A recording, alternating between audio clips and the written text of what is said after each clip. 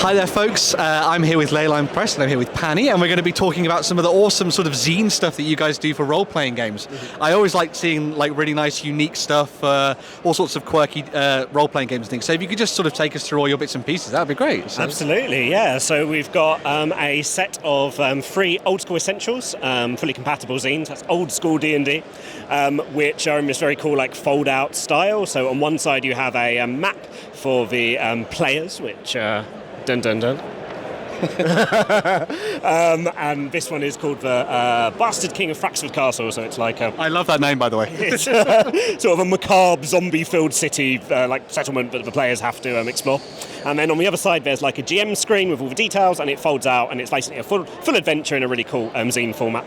And we've got a whole bunch of those, which we collectively call Albion Tales, because they're all loosely based in like British history and mythology. Yep, we've also got, in terms of our other zine, we've got Andromeda. Now this glows under UV light, which I'm unable to demonstrate here because the battery pack's slightly choking out, but it does. That's why it comes with a torch and some dice, which also glow under UV light. And it's a horror module for Mothership, which similarly folds out in the zine style, with the full A3 map of the sort of spaceship that the players will explore, and it's sort of a one-shot scenario. Again, like third part for Mothership horror RPG, another sort of OSRE, old school-esque inspired system.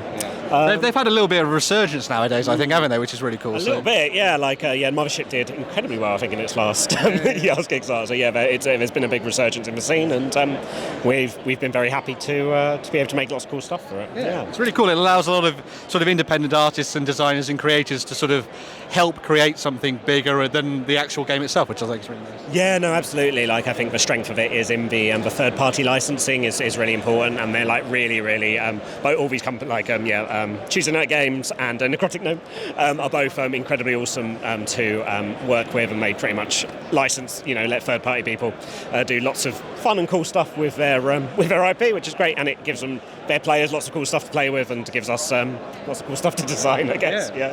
Very cool. You got some more things over here as well to show off as well? So. Yeah, so actually to go to the middle, we've... Anyway, sure, we've got... these are 2 different games. We've got Shadow of Morgue.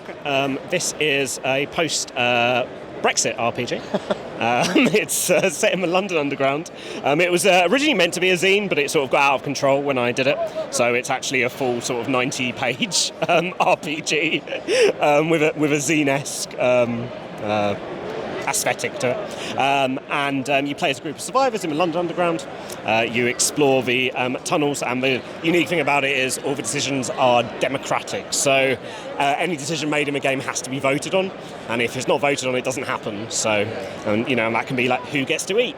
Very cool, very unique. Sorry, I skipped over this one as well. What's this one? So this is Salvage Union. So this is one we're working on at the moment. We're really proud on. This is actually just the quick start, which we're giving away to anyone who's backed the Kickstarter, which fulfilled recently. We're going to give a free copy of that away, and anyone who pre-orders it with us today.